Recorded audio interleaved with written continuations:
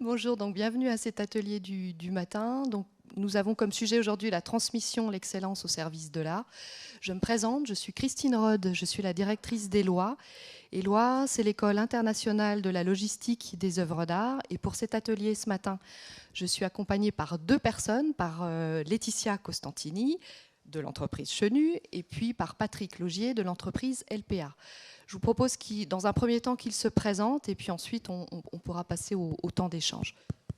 Honneur aux femmes. Bonjour à tous, je suis donc Laetitia Costantini, je suis responsable de production et des opérations chez André Chenu. Du coup, mon rôle principal est de manager les équipes de logistique et d'emballage. Voilà. Bonjour à toutes et toutes, je suis Patrick Logier, directeur des ressources humaines pour la société LPA. Nous faisons partie du même groupe et ça fait 5 ans que je travaille pour LPA sur la thématique donc, des ressources humaines. Je vous propose de commencer par un premier point contexte qui est la logistique des œuvres d'art. Donc la logistique des œuvres d'art, c'est un métier et c'est un métier qui comprend l'ensemble des étapes allant de la fabrication de caisse, la fabrication d'emballage jusqu'au transport en passant par l'accrochage, le décrochage, la manipulation. Donc c'est un métier très technique, c'est un métier de spécialiste. Il faut savoir qu'en France, il y a moins d'une dizaine d'entreprises qui sont reconnues dans cette profession. Donc vous vous doutez bien que le sujet de la transmission des compétences est un sujet plus que central, c'est un enjeu pour ces entreprises. Donc nous allons voir avec Laetitia et puis avec Patrick justement comment des entreprises comme Chenu et comme LPA relèvent ce défi. Donc je vous propose de commencer par une première question toute simple finalement. En quoi consiste le métier ou les métiers ? Et puis finalement concrètement comment se concrétise, c'est le cas de le dire, l'expérience ? Bien, alors chez LPA, toute la thématique donc, de l'expérience au service de l'art sur les métiers de production, c'est-à-dire toutes les personnes qui vont intervenir sur les opérations quotidiennes terrain auprès des musées, voire des galeries ou des particuliers, se fait dans le cadre d'un apprentissage, alors de manière assez empirique, c'est-à-dire que ça se fait surtout par la transmission du savoir, des plus anciens aux plus jeunes, en fonction, je dirais, des opérations qui se présentent. Et comme l'ensemble des personnes sont au courant que notre grande difficulté au niveau des œuvres d'art, c'est que l'œuvre d'art est unique. Donc ça signifie qu'on va avoir des opérations qui sont uniques, je dirais, quotidiennement. Donc à partir de là, LP a mis en place un système qui permet à chaque installateur de pouvoir gravir des échelons, qu'on appelle chez nous des passages de niveau, sous la forme d'épreuves théoriques et pratiques, et qui concernent l'ensemble des thématiques que nous pouvons rencontrer sur les opérations liées au transport, liées à l'emballage, et liées à je prends une œuvre, je la soulève, je vais la transporter, je vais la reposer, typiquement des œuvres qui peuvent peser plusieurs centaines, voire plusieurs tonnes. Oui, donc pour compléter, effectivement, ce sont des métiers assez précis et complexes. Donc on peut retrouver deux types de métiers très propres à notre secteur d'activité, qui sont effectivement les métiers de production, ce qu'on appelle chez Chenu les emballeurs layoutiers, et aussi la partie chef de projet, donc qui est toute la coordination du projet, dont on parlera un petit peu plus tard dans une autre thématique. Mais voilà, donc ce sont vraiment des métiers très spécifiques à notre secteur d'activité. Merci. Donc, on vient de voir qu'effectivement, ce sont et le temps et l'expérience qui font l'emballeur laitier. Or, vous êtes dans un secteur qui est en pleine croissance. Donc, finalement, comment faites-vous pour recruter ? C'est une bonne question. C'est du fait de la spécificité très pointue des métiers et de notre métier aussi. Nous avons énormément de mal à recruter puisque quelqu'un de formé n'existe pas forcément sur le marché du travail. Donc, pour le moment, enfin jusqu'à présent, nous recrutions soit des gens sans expérience que nous formions nous-mêmes, soit nous ne trouvions pas, nous étions en pénurie. Voilà. Alors chez LPA, on va distinguer, je reste sur la partie production, deux types de métiers. Le premier métier, c'est toute la partie transport. Donc nous avons effectivement besoin de gens qui sont titulaires de permis, véhicules légers et poids lourds. Et on sait que ces deux types de permis, surtout le dernier poids lourd, nous sommes sur des thématiques de pénurie, comme l'a signalé Laetitia. Donc pour ce faire, on a monté donc, en interne des formations poids lourds, c'est-à-dire que LPR finance le permis poids lourd à raison de 2 voire 3 permis poids lourds tout au long de l'année pour un certain nombre de ses collaborateurs. Donc ça, c'est la première chose.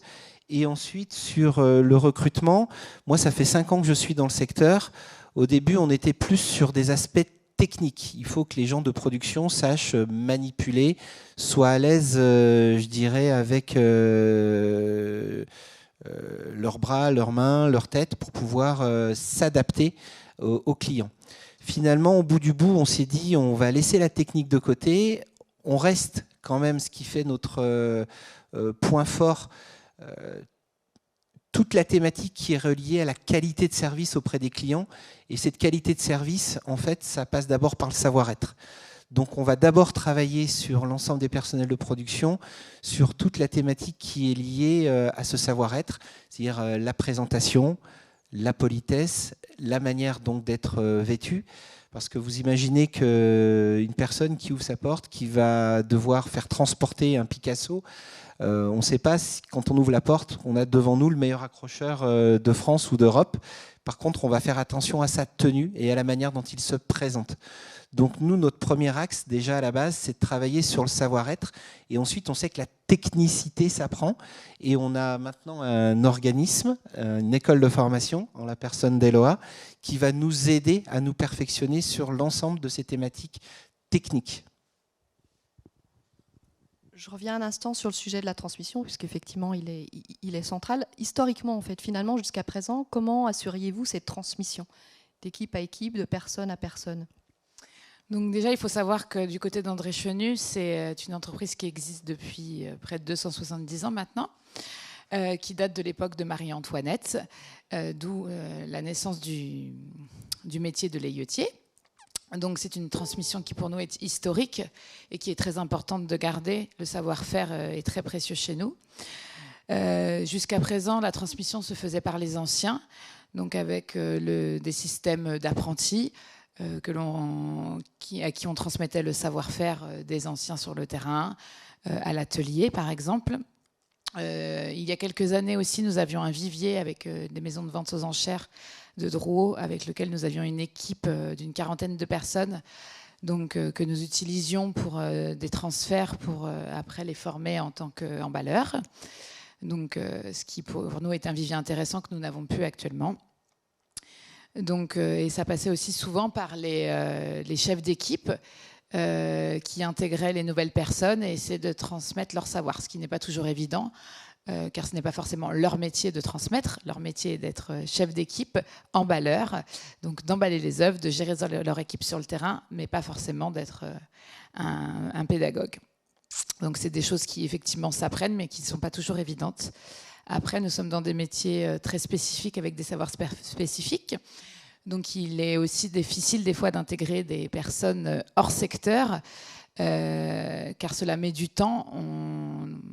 On estime en moyenne entre 5 et 10 ans pour qu'une personne soit capable d'être complètement autonome sur le métier d'emballeur layetier. Voilà. Voilà, alors chez LPR, je rejoins ce que disait Laetitia. Sur la partie production, donc l'idée c'est de pouvoir mettre les jeunes installatrices et jeunes installateurs en équipe avec des gens qui savent faire et qui vont leur apprendre progressivement le métier. Donc ça va effectivement se dérouler sur plusieurs années. L'idée étant qu'ils puissent découvrir les clients, les lieux, les différents contextes, et les différents moyens de transport et les différents moyens qui existent au niveau de la manutention et du transport d'œuvres d'art.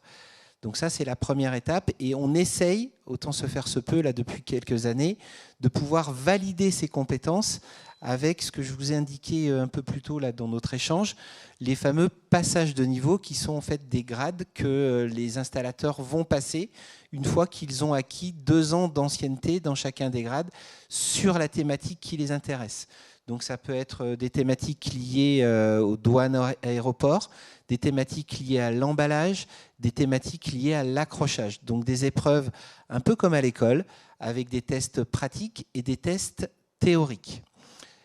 Ça, c'est la partie production. Sur la thématique des bureaux, pour l'ensemble de nos chefs de projet, donc là, on a un travail qui se fait en collaboration avec les personnes les plus expérimentées sur la gestion de projet. Donc on est vraiment en binôme, côte à côte, pendant 6 à 12 mois, de manière à ce que les jeunes chefs de projet puissent s'imprégner à la fois des process, s'imprégner des demandes des différents clients, s'imprégner de l'utilisation de nos systèmes d'information et connaître l'ensemble des procédures qui peuvent exister sur le terrain. Donc c'est vraiment quelque chose de très global, de manière à faire en sorte que l'ensemble du travail en équipe soit préservé. Et on a un moteur pour faire en sorte que tout ça fonctionne très bien, c'est la passion, parce qu'avant tout, ça reste un métier de passionné. Donc là, on entend très clairement que la transmission est assurée au sein de vos entreprises. Aujourd'hui, cette transmission, elle ne fait pas l'objet de diplôme. Est-ce que parmi vos salariés, justement, n'y a-t-il pas ce besoin de reconnaissance via le diplôme ? C'est vrai qu'effectivement, on est sur des équipes chez Chenu et aussi chez LPR, de toute manière, qui ont en moyenne 10 à 20 ans d'ancienneté. Donc des gens qui sont là depuis très longtemps, qui des fois ont commencé leur carrière dans nos entreprises. Et ils n'ont pas de reconnaissance en termes de diplôme, en fait. Ils n'ont pas de formation spécifique, c'est vraiment de la formation opérationnelle et terrain. Donc c'est vrai que souvent, ils sont en demande d'avoir une reconnaissance, d'avoir ne serait-ce qu'un diplôme ou une formation diplômante pour pouvoir dire, reconnaître leur métier, reconnaître leurs compétences et pouvoir évoluer au sein de la société avec cette reconnaissance, en fait. Voilà, Laetitia a pratiquement tout dit. En fait, sur la partie terrain, effectivement, on retrouve cette appétence de la part de nos salariés et cette volonté d'avoir une formation académique qui, à un moment donné, va valider l'ensemble de ces années d'expérience qui sont importantes pour l'ensemble de ses collaborateurs. Et l'idée, c'est vraiment de construire un parcours qui leur permette, au fil du temps, sur un ensemble de thématiques, de pouvoir valider à la fois ses acquis via un diplôme. Oui, puis c'est ce qu'on disait avec cette difficulté de recrutement. L'école va nous permettre de développer ce recrutement dans lequel nous sommes souvent dans une impasse. Le marché est toujours en pleine croissance, des expositions s'ouvrent et s'ouvrent et s'ouvrent. Donc on est vraiment sur une nécessité d'avoir un vivier formé et reconnu avec un diplôme. Voilà. Donc là, effectivement, je pense que vous avez compris qu'Éloi est finalement l'émanation d'entreprises comme Chenu et comme LP, avec cette ambition de la transmission.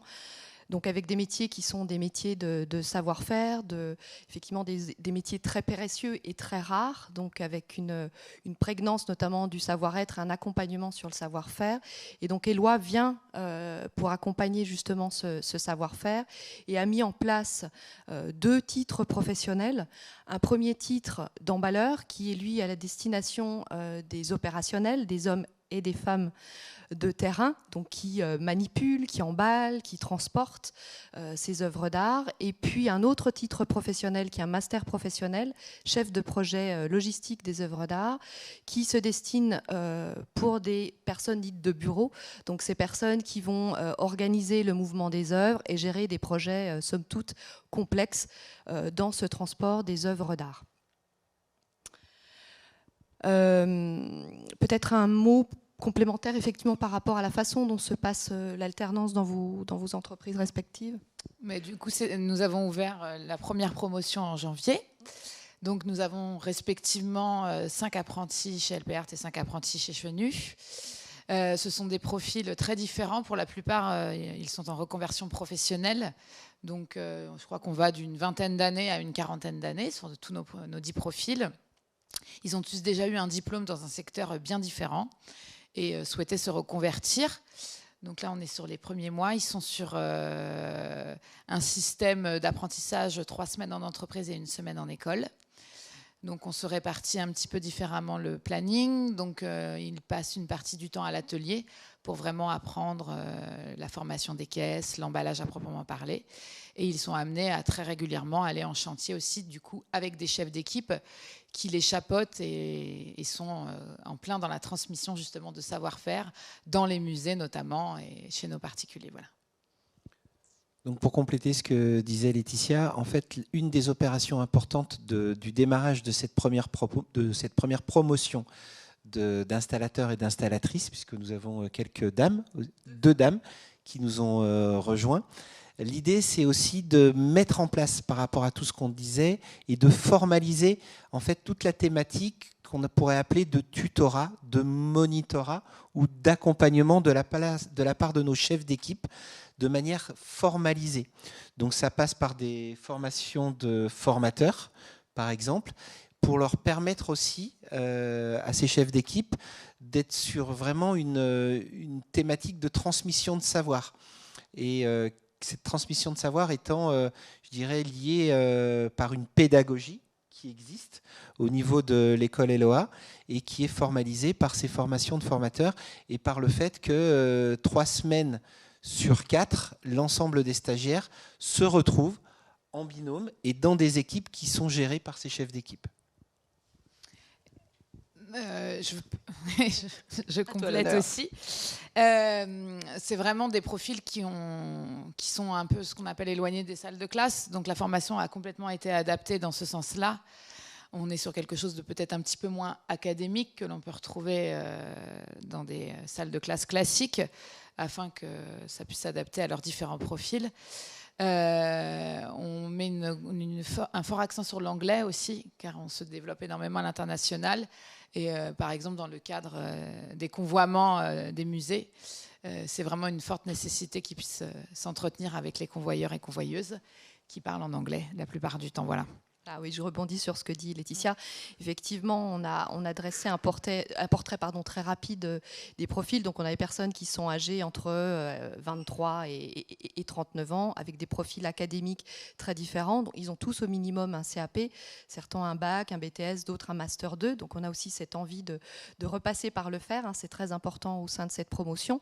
Et dans cette promotion, on a bien sûr des personnes qui se sont éloignées depuis très longtemps de l'école. Donc, nous, on a l'obligation, puisque on va les préparer sur ce CAP en valeur professionnelle aux épreuves du CAP. Donc, on respecte le référentiel de l'éducation nationale. Ceci étant dit, en parallèle, on est tout à fait libre d'avoir une ouverture. Notre objectif étant finalement de les ouvrir sur l'environnement dans lequel ils travaillent et évidemment avec les acteurs avec lesquels ils vont travailler. Donc, ce que je vais appeler environnement systémique. Donc, on a complété par des cours moins classiques dans un CAP comme l'histoire de l'art. Alors, ce n'est pas l'histoire de l'art telle qu'ils peuvent la pratiquer à l'école du Louvre, bien sûr, mais là, l'objectif, c'est vraiment qu'ils comprennent les enjeux, les acteurs, les enjeux des acteurs avec lesquels ils sont amenés à travailler. Et puis l'anglais, comme le disait Laetitia, l'anglais opérationnel, pas l'anglais avec comme objectif de présenter l'anglais à l'examen, parce qu'ils n'ont pas d'anglais sur ce CAP. Mais vraiment l'anglais qui va leur permettre d'échanger avec un convoyeur, notamment parce que quand ils sont 10 heures, par exemple, dans un camion, il faut un minimum de conversation, et donc l'anglais, dans ce cas-là, peut quand même beaucoup aider. Donc on est vraiment sur l'hyper-opérationnalité, et c'est une forte demande de leur part. La dimension internationale, on la retrouve aussi dans un séjour qu'ils feront à l'international. Ils vont aller visiter, si je puis dire, des équipes sœurs, des équipes frères, en Allemagne ou en Suisse, pour pouvoir prendre le temps de l'échange et du partage des expériences. Voilà. Et pour rebondir toujours sur cette formation, nous utilisons, donc ce que disait aussi un peu Patrick, des personnes en interne, donc des chefs d'équipe ou des responsables d'atelier, par exemple, pour former les équipes, donc aussi bien entendu sur la partie opérationnelle quand ils sont en entreprise, mais aussi surtout sur la partie scolaire.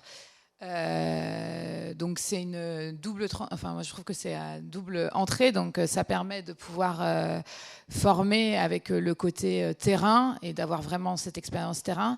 Mais ce qu'on disait tout à l'heure sur la reconnaissance, ça permet aussi à nos salariés d'atteindre une certaine reconnaissance en leur montrant qu'ils sont capables de transmettre leur savoir et que c'est vraiment très important pour nous, qu'on ne veut pas perdre toute cette connaissance.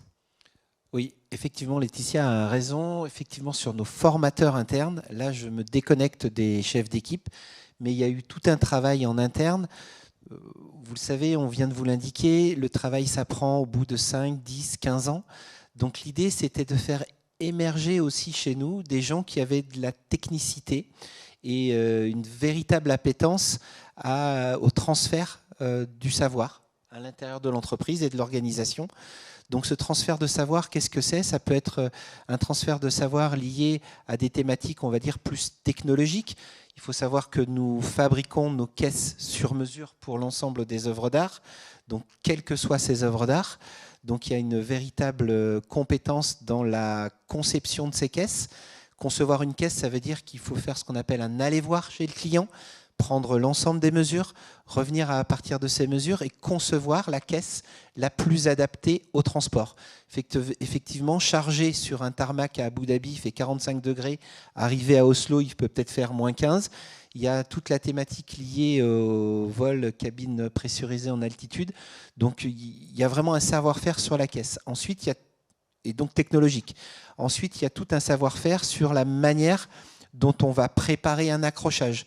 Accrocher un tableau sur un mur en placo, c'est pas la même chose qu'accrocher le même tableau sur le mur d'un château du 18e, par exemple. Donc on a aussi des personnes qui sont compétentes sur ces thématiques-là, et ça leur a permis en fait de se dire à un moment donné, je suis reconnu, j'ai pas forcément de diplôme, mais je suis vraiment sur un fil qui me permet de transmettre mon savoir aux prochaines générations. Et ça, je pense que c'est vraiment le squelette qui fait que demain, on va continuer à asseoir notre leadership en tant qu'organisation et entreprise et assurer un service de qualité aux clients qui soit maximal. Oui, finalement, ça fait le pont avec ce qu'on évoquait tout à l'heure sur la formation formateur. Donc là, le sujet central, c'est vraiment la transmission. Donc comment on fait, nous, en tant qu'école, pour accompagner, soutenir cette envie de transmission, donner finalement une méthodologie, une structure à cette envie de transmission. Donc dans l'offre de formation continue, on s'appuie beaucoup et essentiellement, justement, sur les salariés volontaires qui vont venir transmettre à la fois aux entreprises du secteur, mais également aux clients de ces entreprises, donc les musées, les galeries, les maisons de vente, qui souhaitent également se former sur des sujets techniques, par exemple, les techniques de l'emballage, d'autres sujets comme les douanes, les assurances, la gestion de la relation client, par exemple, aussi, est un autre sujet. Donc autant de sujets, effectivement, qui sont importants pour les entreprises et leurs clients. Alors j'aimerais savoir, justement, parmi ces sujets de formation continue qui existent, quels seraient, vous, côté entreprise, vos sujets de prédilection? Alors chez LPR, en termes de formation continue, donc là on va toucher un public qui correspond à nos collaboratrices et collaborateurs, que ce soit des personnes de terrain ou de bureau.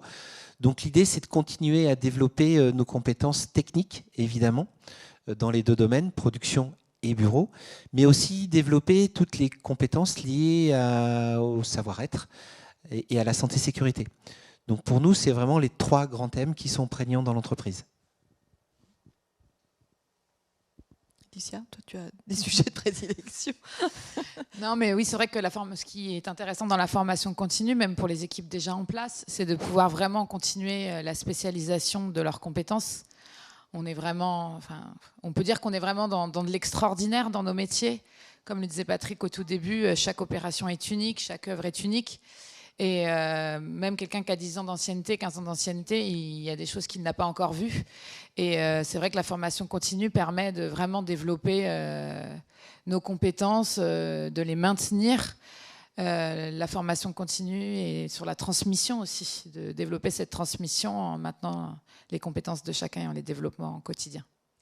Voilà. Et j'ajoute que ça permet aussi quelque part de se projeter sur des nouvelles thématiques qui commencent à émerger ou qui ont déjà commencé à émerger, mais qui sont importantes aussi pour nous et nos clients. L'exemple, c'est tout ce qui concerne le développement durable. Parce qu'effectivement, on parle beaucoup de camions électriques, de modes de déplacement non polluants. Voilà. Et donc il est important aussi pour nous, dans le cadre des thématiques de transport, d'être capable d'aller encore un peu au-delà de ce que nous faisons aujourd'hui. Et un peu au-delà, ça signifie de comprendre en fait ce que souhaitent nos clients en la matière et surtout sur la thématique de développement durable. Donc ça permettra aussi de faire émerger dans nos équipes une réflexion et une mise en place d'actions qui nous permettent de répondre en fait à l'ensemble de ces défis de demain. Et du coup, sur la même thématique, on a déjà par exemple commencé à faire des ateliers de la fresque du climat chez Chenu et chez LPR d'ailleurs. Et dans le catalogue de formation continue, par exemple, il y aura des thématiques sur l'éco-conduite. Donc c'est vraiment quelque chose qu'on développe aussi avec l'école. Transition parfaite. Je rebondis sur ce que vous venez de dire. Donc effectivement, le sujet du développement durable est plus qu'un sujet, hein, c'est une préoccupation certaine. Donc pour accompagner cette réflexion qu'évoquait Patrick, au sein des lois, on a monté un laboratoire, le Lab Éloi, qui se concentre sur 2 sujets, les transports et les matériaux de demain, avec des acteurs différents, donc les transporteurs qui sont bien sûr volontaires, acteurs et également décideurs en partie, mais également d'autres acteurs, les conservateurs, les restaurateurs, les assureurs. Notre objectif étant finalement d'être agitateur d'idées, de pouvoir faire se partager des idées, des réflexions. Donc on est plutôt sur de la recherche-action, avec comme objectif de proposer, je dirais, pas tant des solutions, parce que la prétention n'est pas forcément là, mais d'avoir des pistes de solutions, des pistes de réflexion, de manière à ce que chacune et chacun puisse s'approprier ces pistes et justement choisir finalement la solution, en tout cas celle qui se prête davantage à la situation qui est la sienne. Voilà. Voulez-vous compléter le petit mot de la fin? Parce que je pense qu'on arrive à la fin, ça va nous permettre de garder un petit temps de questions si vous le souhaitez. Oui, alors moi c'est très rapide. En fait, l'idée qu'il faut qu'on retienne en fait de nos métiers, pas forcément dans l'ordre, mais c'est l'envie, la passion, le travail en équipe. Voilà. Une fois que, on va dire que les 3 pieds du tabouret sont prêts, je pense qu'on peut effectivement renforcer ce qui existe déjà dans nos entreprises vis-à-vis de nos clients et puis se projeter sur ce que sera ou seront les métiers de demain. Laetitia ? On va rester sur l'image du tabouret, donc. Merci. Avez-vous des questions? N'hésitez pas, vous êtes nombreux, donc prenons le temps. Oui.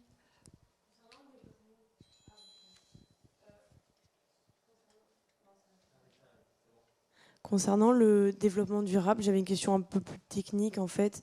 Je me posais la question, c'est peut-être un peu naïf de ma part, de me dire comment est emballée exactement une œuvre d'art, parce que je suppose qu'il faut, il y a beaucoup de plastique, ou même de scotch. Alors, nous avons des ateliers, des ingénieurs qui travaillent sur le sujet. Effectivement, pour le moment, il y a des cahiers des charges tellement précis et tellement exigeants afin de conserver les œuvres. Comme l'expliquait Patrick, par exemple, on peut transférer une œuvre de Oslo à -15 pour qu'elle aille aux Émirats à +40. Donc, il y a des exigences vraiment très particulières sur l'isolation des caisses. Et c'est quelque chose sur lequel on travaille. Puisque c'est réellement un enjeu, mais effectivement, pour le moment, nous devons s'en tenir au cahier des charges des musées. Mais pour répondre à madame, pour compléter, on peut vous donner un exemple. Dans nos organisations, par exemple pour la fabrication de caisses, donc ces caisses en fait en bois et avec de la quincaillerie, c'est-à-dire de la visserie, parfois les clients ne les gardent pas. Donc elles reviennent dans nos ateliers. On peut réutiliser ce bois, on peut réutiliser cette visserie. Donc ça fait plusieurs années que nous avons les personnes qui sont là pour recycler le bois, pour recycler les matériaux de garnissage et pour récupérer tout ce qui peut être récupérable. Voilà. Donc ça, c'est un exemple sur lequel on a déjà commencé à travailler il y a plusieurs années. Donc maintenant, on va aller un peu plus loin là, sur la thématique des matériaux utilisés dans nos caisses. Mais voilà, on a commencé à faire une partie du chemin et on va consolider en fait cette partie du chemin sur, en tout cas, cette thématique des caisses. Et on travaille avec Laetitia dans des groupes de projets transverses sur toutes les futures modalités de transport douces. Je ne sais pas comment on peut les appeler aujourd'hui, mais voilà, qui ne soient pas thermiques. Voilà. Mais après, quand on ne peut pas Certaines caisses qui ne sont pas réutilisées par les musées sont aussi, par exemple, on a des associations qui viennent les chercher pour les réutiliser à d'autres fins, à des fins par exemple caritatives, pour les utiliser comme des conteneurs, par exemple, sur des transports maritimes. On les a aussi récemment utilisés dans des transports à destination de l'Ukraine pour l'évacuation des œuvres sur place. Voilà, donc on travaille régulièrement avec ce type d'association pour l'instant, ce qui nous permet, dans une attente d'avoir des matériaux proprement recyclables, de leur donner une deuxième vie au moins. Est-ce qu'on a répondu à votre question, madame ? Oui, merci. Je vous en prie.